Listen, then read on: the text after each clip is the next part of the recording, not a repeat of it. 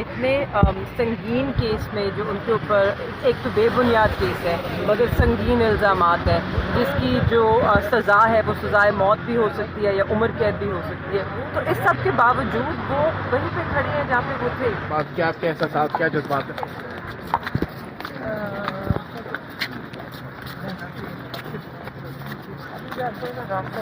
جی جی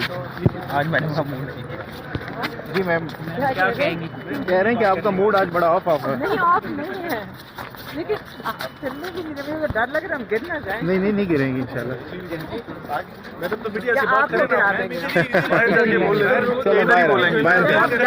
تھوڑا سا میڈیا سے بات کریں نا، باہر کر لیتے ہیں، چلیں باہر آ جائیں، بہت ذرا رش ہو جاتا ہے نا۔ تو آپ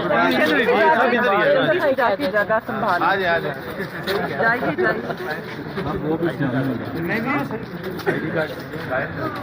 انشاءاللہ سپریم کورٹ میں ہم جا رہے ہیں ان کی بیل اپلیکیشن لے کے، تو ہم اس سلسلے میں بھی بہت پر امید ہے کہ میرٹس پہ ان کو بیل ضرور ملے گی۔ ایک سوال لیجئے گا میم، جس طرح موجودہ سیاسی صورتحال کو اگر ہم دیکھیں تو جو کانفرنس کرتے ہیں ان کی سزا ختم ہو جاتی ہے، کیسز ختم ہوتے ہیں، تو کیا شاہ صاحب ایک ہی رہ گئے، خان صاحب کے پاس بڑی قریبی ہے، تو ان کو راضی کرنے کی کوشش کریں گے کیونکہ بابا ہے میم؟ تو دیکھیے اب تک کھڑے ہیں اتنے سنگین کیس میں جو ان کے اوپر ایک تو بے بنیاد کیس ہے مگر سنگین الزامات ہیں جس کی جو سزا ہے وہ سزائے موت بھی ہو سکتی ہے یا عمر قید بھی ہو سکتی ہے، تو اس سب کے باوجود وہ وہیں پہ کھڑے ہیں جہاں پہ وہ تھے، اس سے زیادہ کیا ہو سکتا ہے؟ میڈم شاہ صاحب کی طبیعت کیسی ہے؟ کیونکہ انہیں کورٹ کے آرڈر پہ یہ تھا کہ آپ انہیں سیمپل منتقل کریں، تو اب ان نہیں کی جی، طبیعت یہ میں بہت بار دہرا چکی ہوں، ان کی طبیعت بالکل ٹھیک ہے۔ یہ اب تک جو سماعت ہوئی ہے سائیکٹرسٹ کو لے کر ہائی کورٹ میں میرے خیال میں سلمان احسن راجہ صاحب نے بہت ہی اچھے دلائل دیے ہیں، ان میں بہت زور ہے، بہت بھار ہے۔ ہم پر امید ہے کہ ویسے عدالت میں جب انسان آتا ہے اسی امید کے ساتھ آتا ہے کہ انصاف ملے گا، تو ہم آج بھی پر امید ہیں کہ ہمیں انصاف ہی ملے گا اس عدالت سے۔ اور شاہ صاحب سے آپ کی ملاقات ہوتی رہتی ہے،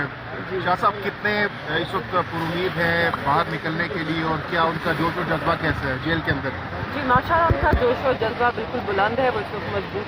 مضبوطی سے کھڑے ہیں، ان کی صحت بھی بالکل ٹھیک ہے۔ ہم آج بھی بلکہ مل کر آ رہے ہیں انہیں اڈیالہ سے، کیونکہ آج سماعت ہونی تھی جس میں اسٹے ہے، تو وہ پر امید ہے کہ انہیں ہائی کورٹ سے ضرور انصاف ملے گا، اور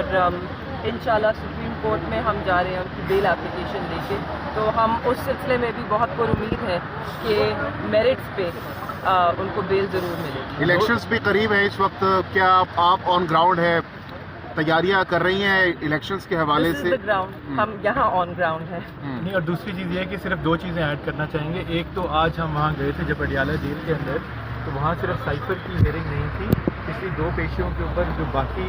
بیل اپلیکیشن تھی چیئرمین پی ٹی آئی کے لیے اور وائس چیئرمین کی دونوں کی، وہ بھی لگی نہیں تھی، لیکن نہ پروسیکیوٹرز موجود تھے نہ آئی او موجود تھے، تو جہاں سائفر کے کیس کو تو بہت جلدی سے چلانے کی کوشش ہو رہی ہے، وہاں پہ ہی جہاں ان کی بیلز کی ریسٹوریشن کے معاملات ہیں ان کے اوپر کوئی توجہ نہیں دی جا رہی۔ تو آج خان صاحب نے اور شاہ صاحب نے دونوں نے عدالت سے خود بھی استدعا کی کہ جی ہمارے باقی معاملات کو بھی تو آپ اسی نظر سے دیکھیں، ادھر بھی انصاف کریں، تو ہمیں وہاں انصاف کی امید ہے کہ کیا جائے گا۔ شاہ صاحب کی بھی سپریم کورٹ کی جو بیل اپلیکیشن ہے وہ فائل ہو چکی ہے، اس کو نمبر لگ چکا ہے، اور ہمیں امید ہے کہ کل اسی بینچ کے آگے جہاں خان صاحب کی لگی ہوئی ہے وہاں پہ بھی یہ بھی لگے گا۔ ساتھ ہی آج ہم نے اسلام آباد ہائی کورٹ میں 2 کرمنل ریویژن مزید دائر کیے ہیں شاہ محمود قریشی صاحب کی طرف سے،